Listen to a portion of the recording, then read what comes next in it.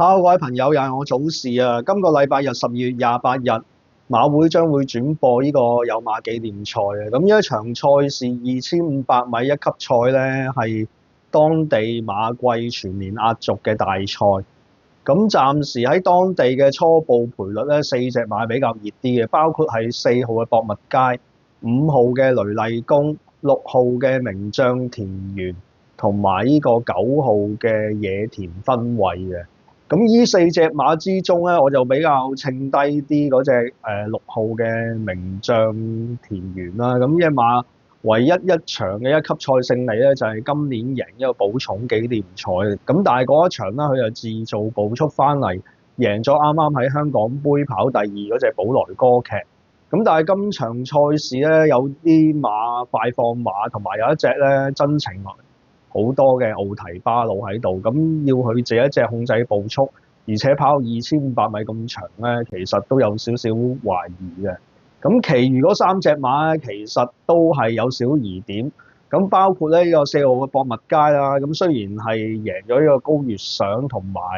啱啱喺個秋季天皇賞跑第二，咁但係佢比較表現差嗰場咧，就係2400米嘅打比。咁所以今次咧跑2500米嘅有馬紀念賽，其實路程上有啲疑問嘅。咁至於嗰隻5號嘅雷麗宮咧，如果你計嗰個賽績咧，佢又比較好啲嘅，因為畢竟都係上屆民主。咁但係呢隻馬嘅特別嘅地方咧，就係配阿李慕華嗰個成績咧就係麻麻啫。咁今次阿護旗就揀一隻野田分位上陣，就配翻阿李慕華跑嘅雷麗宮咧。如果你計跑中山馬場嘅賽績咧，佢都好好嘅，因為2023年嘅最後一次上陣就係跑希望錦標贏咗嘅，上年咧就係跑有馬紀念賽都贏咗，咁今次又係衛冕呢個有馬紀念賽咧，其實如果你計路程根據同埋馬場嘅往績嚟講咧，佢係比較好啲嘅，咁自然咧都係其中嘅一匹選擇。咁至於嗰隻野田分位咧，計賽績就係呢隻馬最好嘅，因為季內咧都叫贏過喺杜拜嘅司馬經典賽，咁計級數咧證明更加多。咁但係上一次咧日本杯其實都耗力幾多啊，同埋嗰個終點咧仲要俾嗰隻蒙面舞會咧撞咗隻馬跌，搞到咧兩個騎師都跌咗落嚟嘅。咁所以今次喺幾個禮拜之後咧，可唔可以個體力復原咧，亦都係有一大問題。咁所以呢三隻馬咧，我都會係加入考慮，但係唔會話覺得係特別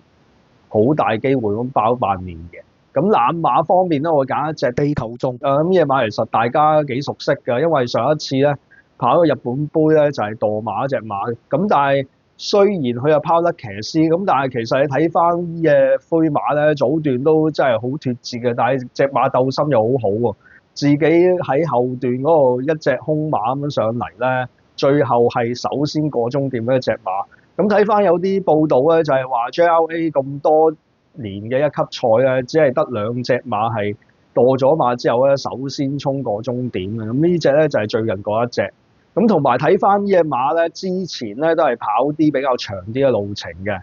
好似咧試過喺呢個菊花賞嗰跑第3。咁之前咧亦都贏過咗2500米。咁如果呢隻馬中山徑馬場合適嘅話，再加上阿川田發揮比較醒目啲咧，隨時可以冷門偷襲嘅。咁所以今次嘅2025年最後一次轉播賽有馬紀念賽，我順序提供係13號嘅地球中、4號嘅博物街、5號嘅雷麗宮同埋9號嘅野田分位。咁下一次嘅賽事咧會翻返去香港嘅1月1日嘅元旦賽事，咁到時我哋再見啦，拜拜。